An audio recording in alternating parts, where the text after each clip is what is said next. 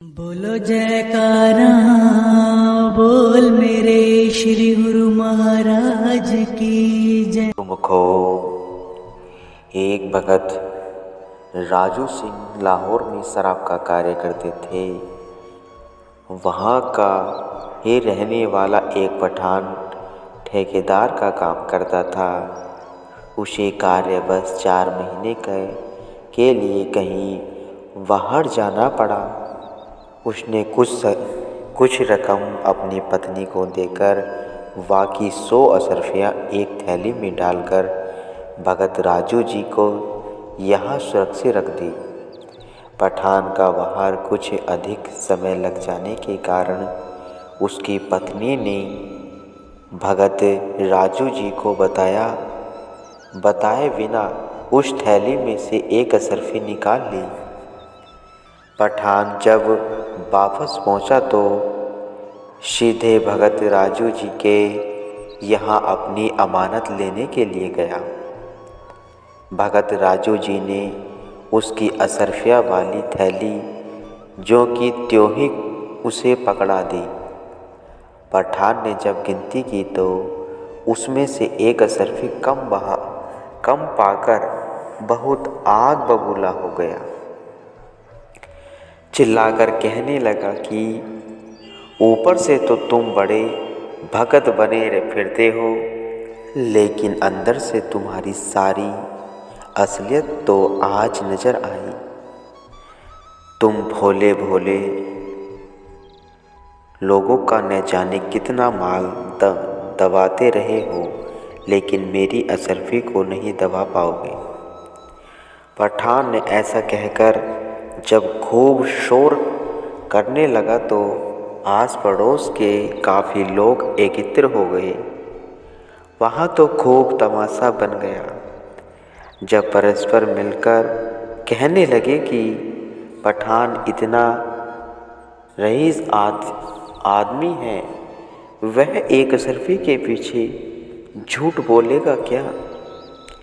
यह भगत तो नाम का ही भगत है, परंतु पूरा ठग और कपटी है। न जाने कितने लोगों का माल हड़प किया होगा इसने, लेकिन आज इस पठान से पाला पड़ा है तो देखते हैं आज कैसे बच पाएगा। अब इसके पापों का घड़ा भर गया है। अब अगला पिछला सारा हिसाब पूरा हो जाएगा। पठान उसी वक्त भगत जी की शिकायत लेकर काजी साहिब जी के पास गया। काजी ने आकर राजू भगत जी को बुलाया। वहाँ हजारों ही लोग एकत्र हो गए। उसी समय वहाँ से एक आदमी गुजरा जो पठान के मोहल्ले का ही रहने वाला था। उसने जब सारा किस्सा सुना तो तुरंत ही घर जाकर पठान की पत्नी को सब कह सुनाया। पठान की पत्नी यह सुनकर घबरा गई कि भगत जी राजू जी को पठान ने काजी के आगे पेश कर दिया। उसने उस आदमी को एक चिट्ठी देकर तुरंत भगाया और कहा कि यह चिट्ठी मेरे पति को देना और कहना कि एक अशर्फी उसमें से मैंने निकाली है। वह आदमी भागा वहाँ पहुँचा जहाँ भगत राजू जी को लोग खड़े अपशब्द बोल रहे थे। वह आदमी सीधा पठान के पास गया और उसकी पत्नी की चिट्ठी जा पकड़ाई। उसे पढ़कर पठान बोला कि मैंने जल्दबाजी में अपनी पत्नी से इस बारे में पूछकर बहुत भारी भूल की है। वह बार बार क्षमा याचना करता हुआ कहने लगा कि मुझसे एक सच्चे भक्त पर झूठा आरोप लगाने का बहुत बड़ा अपराध हो गया है।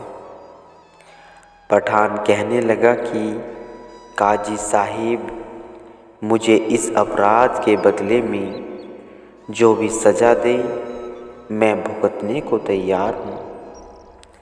काजी ने निर्णय लिया कि जो सज़ा भगत राजू जी निर्धारित करेंगे इसे वही सज़ा दी जाएगी। भगत राजू जी ने कहा कि पठान बहुत ही नेक आदमी है।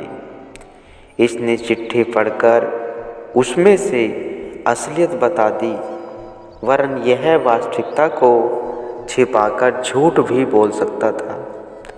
इसलिए सब मिलकर पठान जी को शाबाशी दे दो।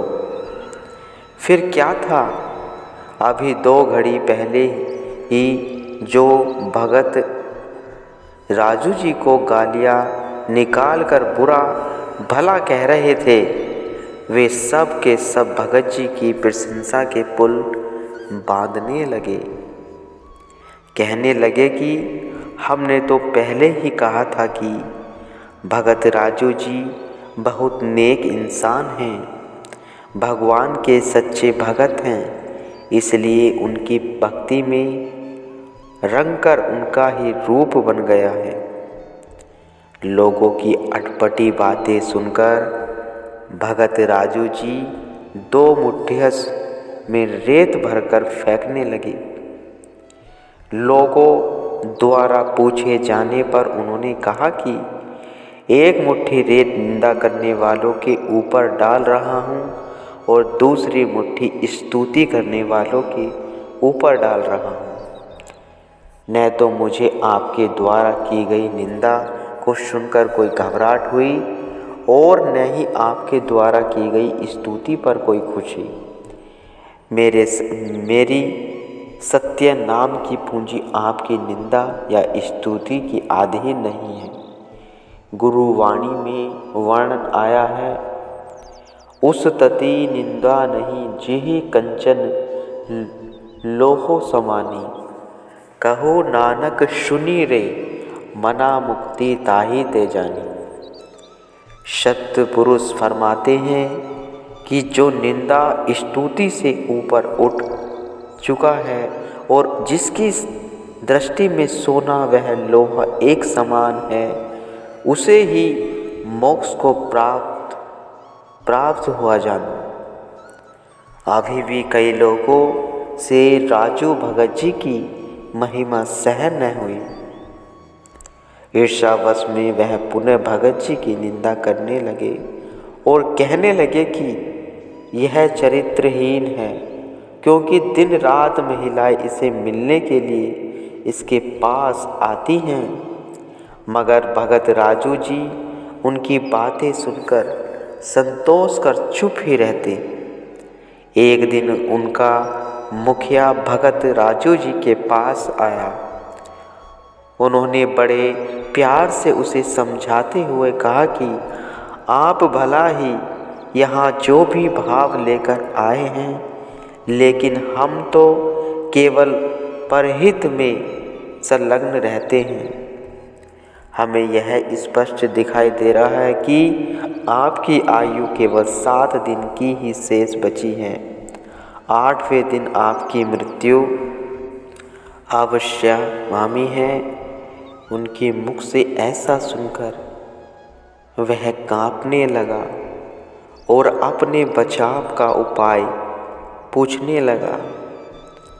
भगत जी ने उन्हें नाम उपदेश देते हुए कहा कि आप वहाँ उस कमरे में एकांत में बैठकर 1 हफ्ते तक इस नाम का जाप करो, सब स्वतः ही ठीक हो जाएगा। वह कमरे में जाकर नाम का अभ्यास करने लगा। इधर भगत जी ने अपनी सारी संगत में यह घोषणा करवा दी थी कि उनके आश्रम में एक बहुत ही पहुँचे हुए संत आए हैं, जिन्हें भी उनके दर्शनार्थ आना हो वे आ सकते हैं। इधर दर्शनार्थियों ने खूब ताता लगा गया। सब बड़े प्रेम से उसे माथा टेक कर सेवा भेंट करने लगे। जब 8वां दिन आया तो उसने उठकर भगत जी को प्रणाम किया और कहने लगा कि आप कहते थे कि मेरी आज मृत्यु हो जाएगी, किंतु मैं तो अभी भी जीवित हूँ। भगत जी ने कहा कि जितने दिन आप मृत्यु को अपने निकट जान भजन बंदगी में तल्लीन रहे, आपके पास अनेक स्त्रियां माथा टेकने आती रही। क्या आपके मन में तनक भी विकार उत्पन्न हुआ? उसने कहा, मुझे तो केवल मृत्यु सिर पर मंडराती दिखाई दे रही थी। ऐसे में मेरा ध्यान भला और कहाँ कैसे जा सकता था। भगत जी ने कहा कि जैसे इन 8 दिनों में आपकी स्तुति नाम में रंग गई थी और आप स्वयं को चंद दिनों के मेहमान समझ जगत से उपराम हो गए थे, ऐसे ही हम सदैव मृत्यु को समीप जान सुरती को शब्द से जोड़कर जगत से उपराम होकर रहते हैं।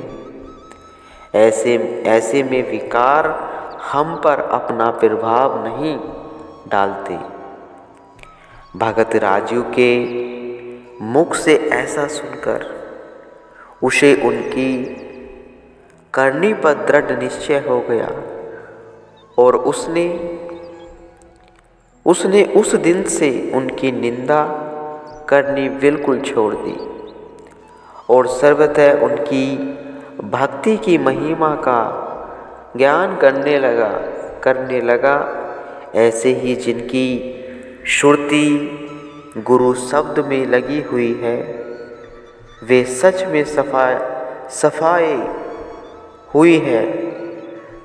उन्हें दुनिया के उतार चढ़ाव छू नहीं सकते।